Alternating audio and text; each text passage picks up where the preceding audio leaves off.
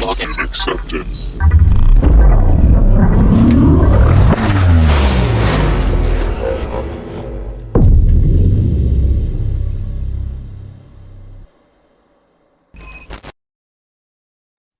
Let's start over now that I'm not muted anymore. All right, everybody, we're going to go ahead and get started in a few minutes. For those of you who haven't already, please go ahead, scan the QR code for the sign up link. If you guys do not want to scan a random QR code, please feel free to head to our link tree. The sign up link is also on there. Again, we will go ahead and get started in a few minutes. I'm sorry. I love you.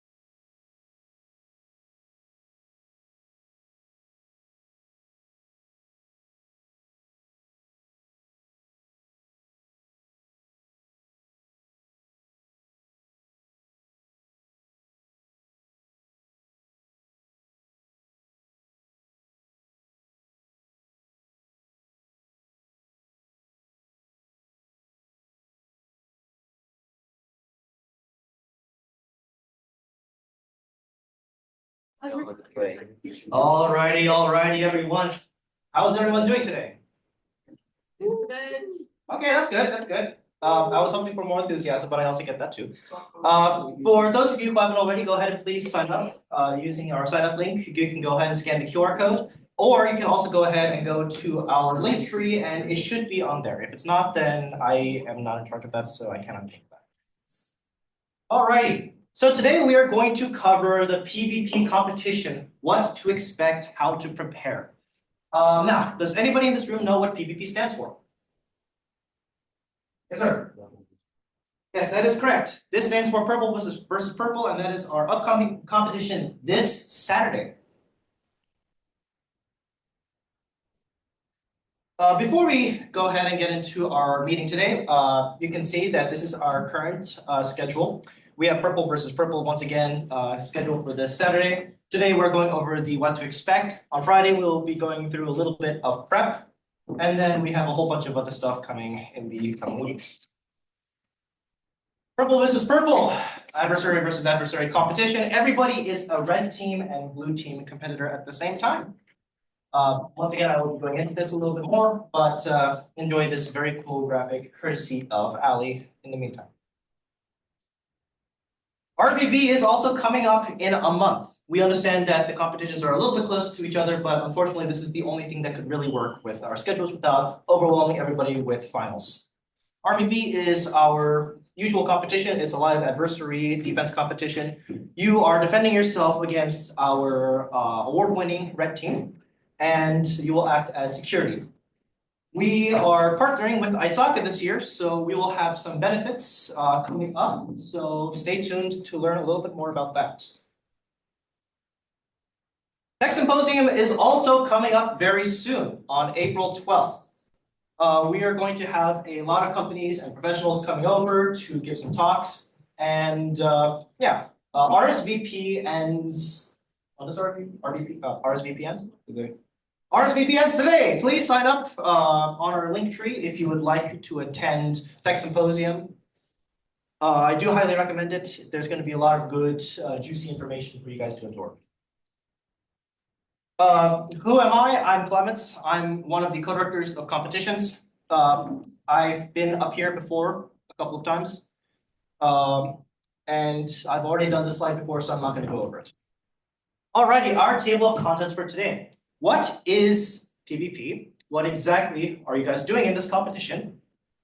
What does it look like? What are we going to be forcing you guys to do? How are you guys going to prepare to attack someone? And how would you prepare to defend yourself from other attackers? First of all, what is PvP? As stated before, PvP stands for purple versus purple. We are giving it this designation because purple is the combination of red and blue, and you guys are not only defending your own environment from your fellow competitors, you guys are also attacking your fellow competitors and trying to steal something. Let's get into it. The goal of the competition is to attack and defend your environment and others' environments. Not in that order. What does this competition exactly look like? So this will be a 4 to 5 hour competition, so please plan accordingly. We are planning to start at our usual 11 a.m. period. Please be on time because that is when we will start briefing. That's when we will start getting everything set up. You guys will be given a 15 to 30 minute grace period to get your bearings, to perform reconnaissance, and to set up any defenses that you want. This is a little bit of a longer grace period than we normally give you guys. However, we think this is necessary in order to make sure that you guys have enough time to get ready to do all of the crazy, chaotic stuff that you guys are going to do in the next couple hours after that. And finally, after this 15 to 30 minute grace period, you guys will be given the all clear to attack your fellow competitors. Does anybody have any questions about this before I go on? All right, crickets. Scoring is going to be handled with 2 different methods. The first method is with flags. On your environment, you will have various flags planted in your systems. Now, these flags are going to be relatively hidden. You're not necessarily going to know where they are. If you find them, that's great. Now you know where to find it on somebody else's systems. But the goal is to defend your flags and prevent other teams from getting them. If another team finds your flag, you will lose points for that. And the flag loss penalty increases per flag lost. So let's say we have 10 flags in our environment. If you lose 5 flags, you're gonna, to one team, you're gonna lose, for example, 10 points, then 11 points, then 12 points, so on and so forth. So the more flags that you lose, the more points that you're going to lose. On the other hand, if you find somebody else's flags, you can gain points from that. So if you gain a lot of flags and you lose a couple, that will offset the loss that you have incurred. And just like in RBB, you guys will be scored with service uptime.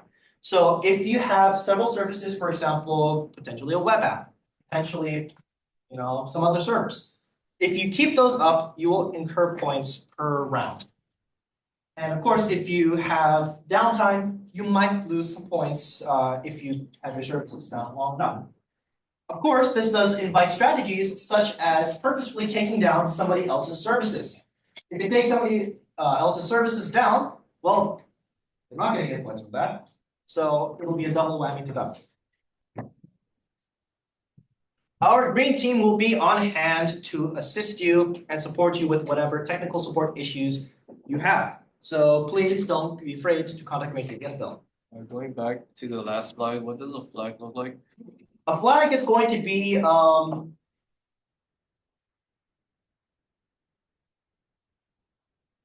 string usually, right?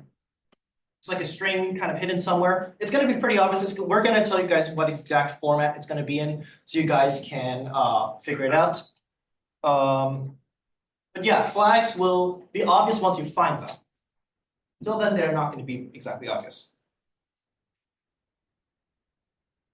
You know what? I forgot to ask. Before we continue, who here has signed up to be part of PvP? No fans? Okay, great. Now who here wants to sign up for PvP?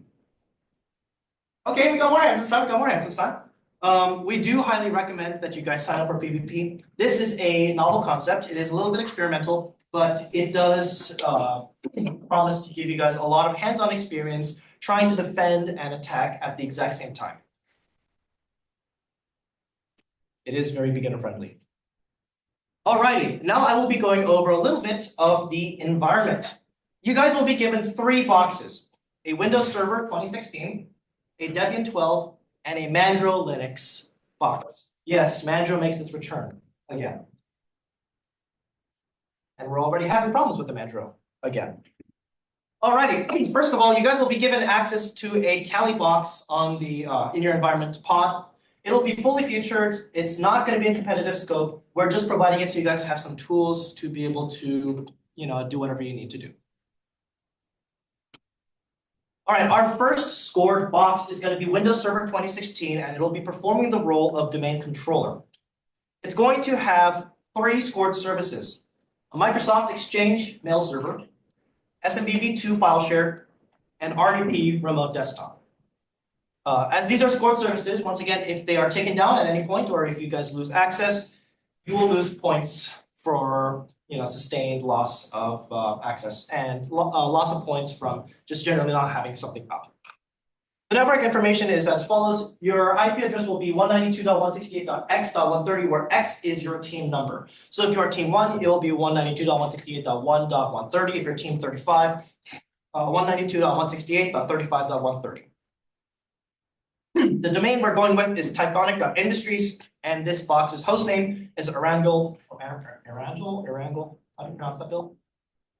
Bill doesn't know. Okay, I'll have to ask Dylan that later. But Erangel.tythonic.industries. That'll be the hostname for this box. Our second box is going to be Debian 12. It'll be performing the role of web server. The 2 scored services are going to be a custom web app written in a language that I don't remember off the top of my head.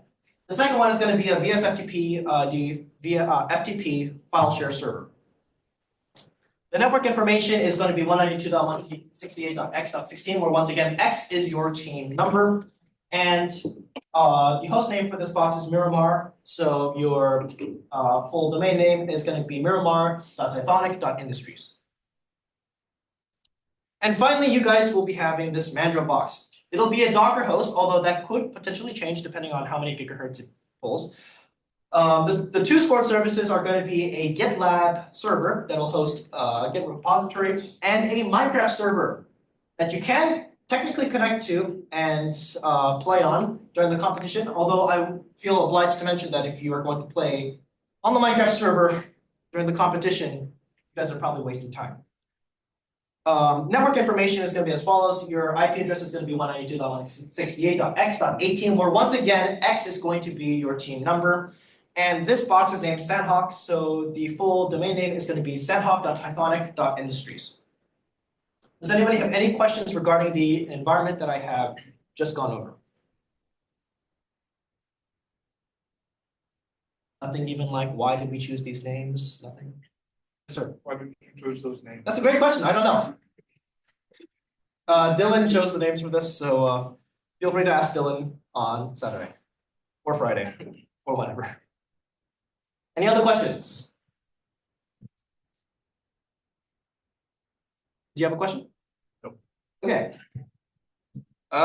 Moving on then. So why am I giving you this information right now? Why is this all public and accessible right now? Well, first of all, you guys are all going to have the same environment anyway, so what's the point in hiding anything? Everybody's going to have the exact same environment. Everyone's things are going to look exactly the same. Everything is going to be in the same locations. So you knowing at this point is not exactly going to hurt or help anybody. However, what it does do is give you the opportunity to research and prepare specifically for these operating systems. For example, how many of you guys know what the package manager for Mandro Linux is? Anybody? Sir, what's the package manager for Mandro? Is it Pacman? I do believe it is Pacman. Is that the typical package manager that most people will be familiar with?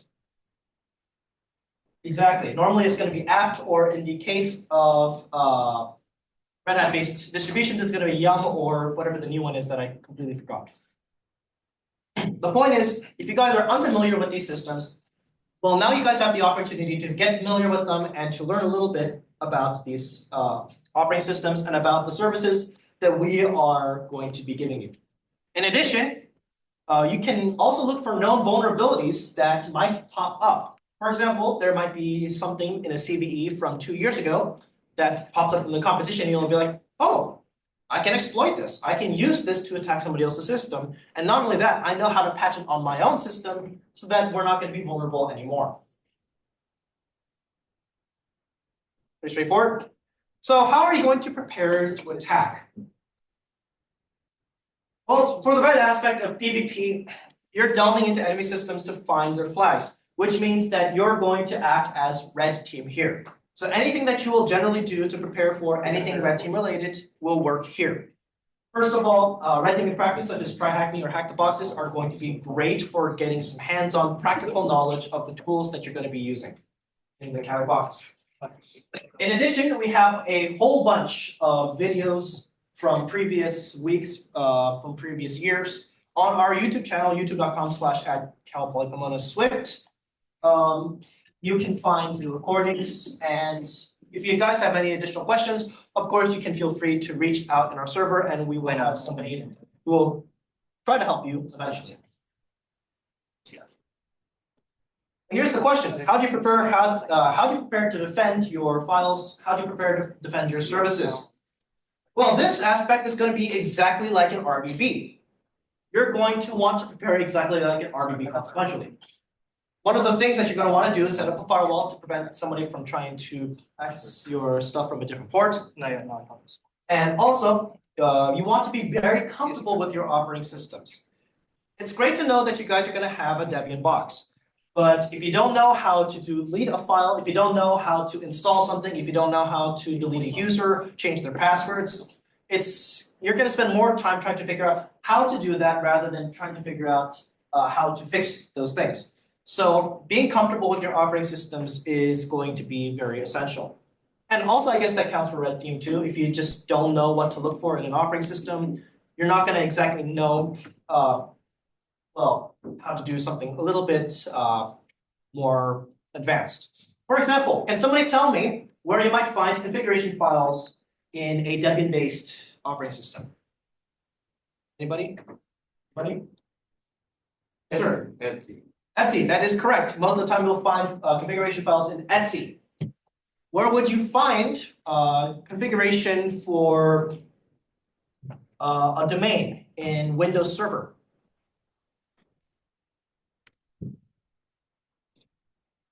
Any Windows geeks here? No one? I will call on somebody's random name. And by somebody random, oh, yes, sir. I don't know enough Windows to know if that's true or not. Does anybody actually know? Do you know? Bill, do you know? I guess if you're working with like Active Directory specifically. Yes. Policy management. That's what I was thinking of. I'm not sure if, what did you say? Nothing. Okay. I'm not sure if what you said was also true or not, but yeah, generally speaking, if you want to edit stuff for domain, group policy management is going to be where you want to look. So if you don't know these things, for example, you might have to spend 10 minutes looking up how do I change default password policy for Windows Server. And if you spend 10 minutes doing that, you're not going to have the time to be able to do other things like patch your vulnerabilities, hack somebody else's computer, and so forth. Wow, I burned through this a lot faster than I thought I would. Because the next question is, the next slide is just a question slide. Does anybody have any questions regarding the PvP competition? What you guys need to do? What will be in there? Yes, sir. How do we sign up? Sign up is going to be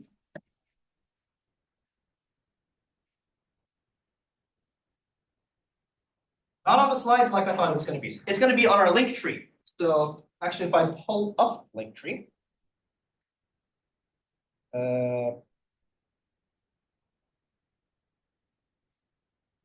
linktr.ee/calpolyswift, and if you go to This link right here, the Swift's Unknown Battlegrounds PvP sign up. It's gonna be all right here. Oh, I should mention that this sign up is individual per team. If you are signing up as a team, only one person needs to submit the form.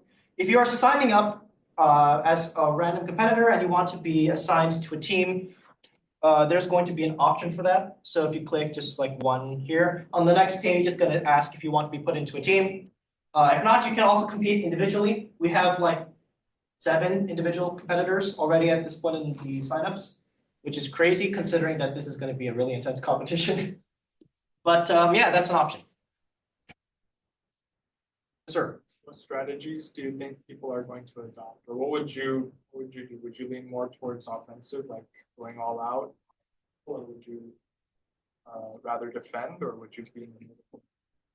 That is a very good question. I think this strategy will depend heavily on what you're more comfortable with. So for example, if you are more comfortable with defending something, if you're more versed in blue teaming, it might be more worth it for you to maintain your services, to find your vulnerabilities, to patch things, to just lock down your systems so much that nobody else can get in. Because if nobody else can get in, maybe you won't get the points from hacking somebody else's systems and retrieving their flags. However, you will get all those points from keeping your services up and from keeping your flags intact. However, on the other hand, if you are very versed in red teaming, it might be worth it for you to go ahead and just get into as many people's systems using the same vulnerabilities as possible and to just redeem their flags for the points. However, if you do go in, with an all-out red team strategy playbook, you do have to realize that somebody with a similar skill set might just hack into your systems and they might just go ahead and ruin your day by shutting down all your services, by finding your flags and making you lose points that way. Generally speaking, having some defense is better than having no defense and just going pure offensive. Does anybody have any other questions? Yes, sir. You have to worry about business. That is a very good question. No, you do not have to worry about business index. This is not a business-focused competition. This is pure security. So if you guys were hoping to spend 20 minutes trying to write a presentation about why ducks can fly, unfortunately, you will not be able to do that this time around. Ducks can fly, right? Yeah. Okay, good. Yes, sir. How many flags are there in total? I am not sure. And I don't think we're planning on telling you guys. But I do think it's going to be. It's kind of like almost 1 flag per service, I think. So let's call it around 10 to 15, probably. If you find less than that, and there really is less than that, then I will probably say so at the time. Or Dylan will say so. And gaining points and losing points, they're considered like the equivalent points. So for example, if I lose my flag, like 5 points off. Now if I steal the other team's flag, it's like 5 points back. Okay, so it's not going to be exactly the same. So finding somebody else's flags is generally speaking going to be worth more than defending your own flags. But you have to keep in mind that if you lose the same flag multiple times, you will lose more points overall. So if one team redeems your flag for 10 points, the next team might be able to redeem it for 12, for 14, for 16. And at some point, you have to worry about whether or not you gaining more flags is worth you losing so many flag points. So it's not going to be exactly matching. Okay. Thank you. Does anybody else have any other questions? Yes, sir. One of the things I would do is to get a Kali box installed in a VM somewhere and just getting familiar with all the tools because that's what we're going to be providing. Of course, if you want to use your own tools in the competition, you can totally bring your own tool set. However, that Kali box will be standard for everybody, so that's kind of like the baseline. Knowing how to use those tools, generally speaking, being familiar with the command line is always good. Opening up VMs with these services, and by the way, these slides are going to be on the link tree.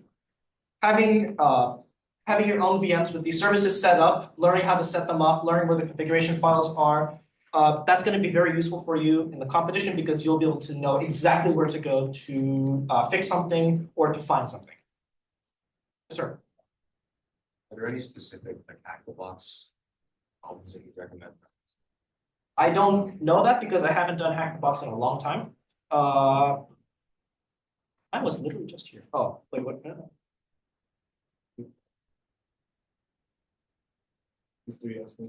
Okay, you three. Let's ask you, which Hack the Boxes would you guys recommend to prepare for this?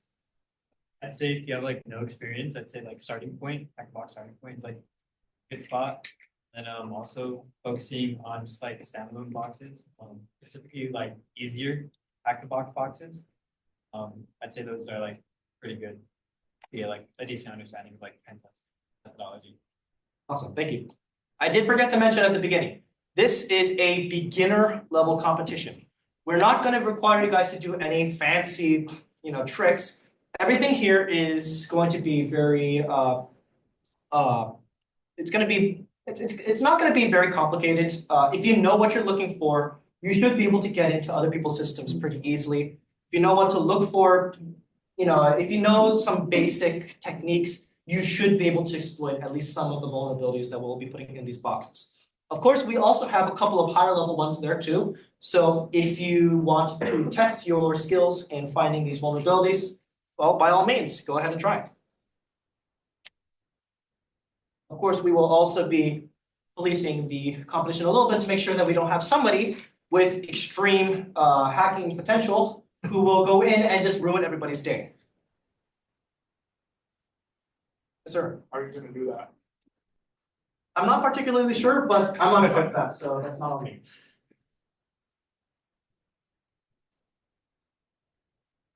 Does anybody have any other questions? Going once? Going twice? Going, yes, sir. When is the package released? Oh shoot, we need to make a packet. That will probably be released by Thursday or Friday-ish. Yeah, I need to go ahead and write that. Thanks for reminding me. The packet, honestly though, will not have much more information than what I provided today. All of this competition information, this is already a lot. I mean, it'll give you, of course, the users and passwords, but other than that, it's going to be the same standard kind of connection information, user information, environment information, maybe a little bit of like a background to the competition, things like that.